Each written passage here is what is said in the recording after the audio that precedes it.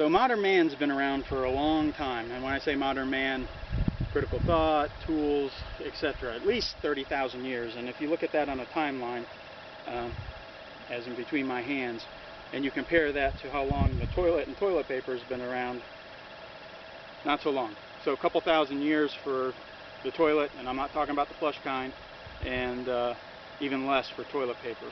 So we've been going poop in the woods for tens of thousands of years. This should not be a touchy subject, figuratively or literally. And that's what I'm here to teach you today, how to go poop in the woods. So first and foremost, when you're with somebody else or at a camp and you're going to go take a poop in the woods, let that person know, hey, I'm going over there and I'm going number 2. And the reason you do that is so you have some privacy. They know you're over there, they're going to let you have your privacy. You're not walking a mile to go do your business and getting lost or getting caught out after dark. And that way somebody also knows about where you're at. So let somebody know that, hey, I'm going over there to do my business. The other thing is you want to stay away from water sources, at least a couple hundred feet. You know, it's very easy for water sources to get contaminated, and you may be doing yourself, somebody else, and the wildlife harm. So at least a couple hundred feet away from a water source. So you've decided, hey, I'm going over there to do my business. If you haven't already collected some things with which to wipe, you'll do so on the way, as well as a digging stick, which is simply just a stick, probably 2 or 3 sizes larger than the diameter of your thumb. And you're going to use that to dig your trench, and you're going to walk off and you're going to find a place to go. And unfortunately, a lot of people are hung up with modern technology in terms of toilets, and they feel like they have to be at 90-degree angles, so they lean up against a tree, they hold on to a tree, they put their bum over a log. That's not the way man's been doing it for tens of thousands of years. There's no need to do that. And we'll talk about what you do and just what you do. That's kind of funny. What you do in just a second. So when you go to find that place, just make sure, you know, you're going to be squatting with your pants down, that there's no poison ivy, you know, in-ground insect infestations, yellow jacket nests, ants, so on and so forth. So find yourself a spot. It should be relatively easy to dig to, hopefully. And take your digging stick and dig yourself a trench as deep as you can get to cover your deposit with which you wipe with several inches of mineral soil. You want to get that stuff buried. The reason you want to bury it is hygiene. As an example, you're back at camp, you're eating lunch, you're about to take a bite of your sandwich and a fly lands on it.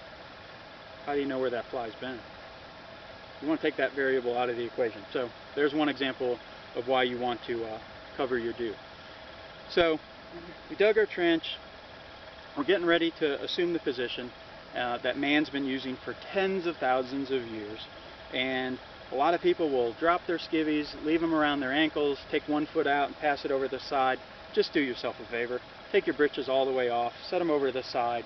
It's better hygiene in that you lessen the chance of peeing on them or soiling them. So keep your stuff clean, move it over to the side. So the position is simply a squat. Tens of thousands of years we've been doing it just like this. And that's probably why we, as recent man, have many issues with our bowels, in that we're at that 90-degree angle sitting on the toilet, where this is really lines everything up for you more naturally.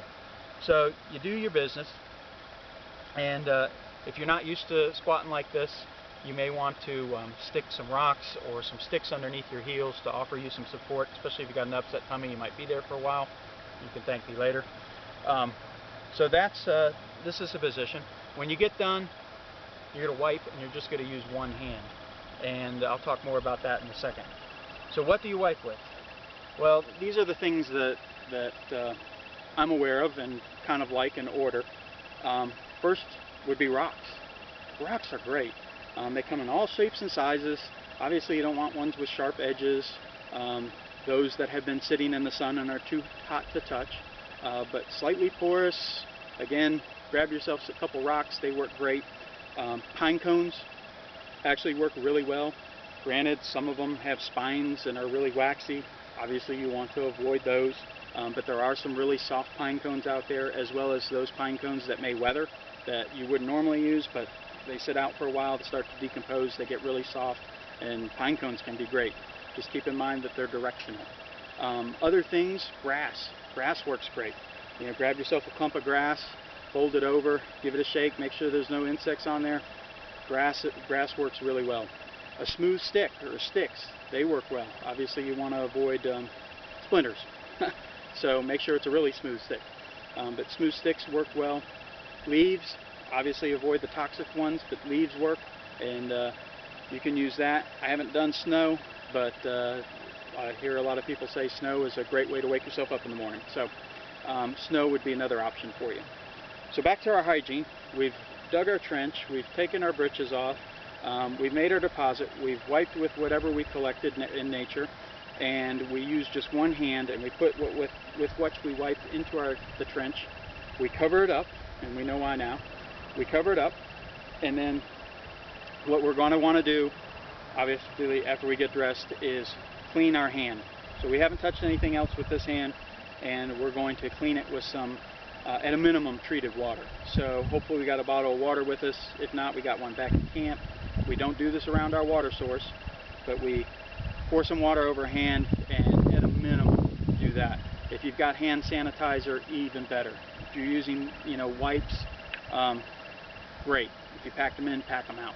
But you want to definitely clean your hand. When you're in public and you use the restroom, you wash your hands. When you're at home and you use the restroom, you wash your hands. You do it before you eat dinner. Of all the places to practice good hygiene, when you're a long way away from treatment, that's the place. So do yourself a favor, practice good hygiene. You don't want to get sick. More times than not, people don't get sick from drinking bad water. It's that classic hand to mouth, and that's what that does them in. So make sure you keep yourself clean. Hopefully this was helpful and dispelled some of your fear of taking a poop in the woods. It's really not a big deal. Now you know how, and you can enjoy nature better. Hope that helped.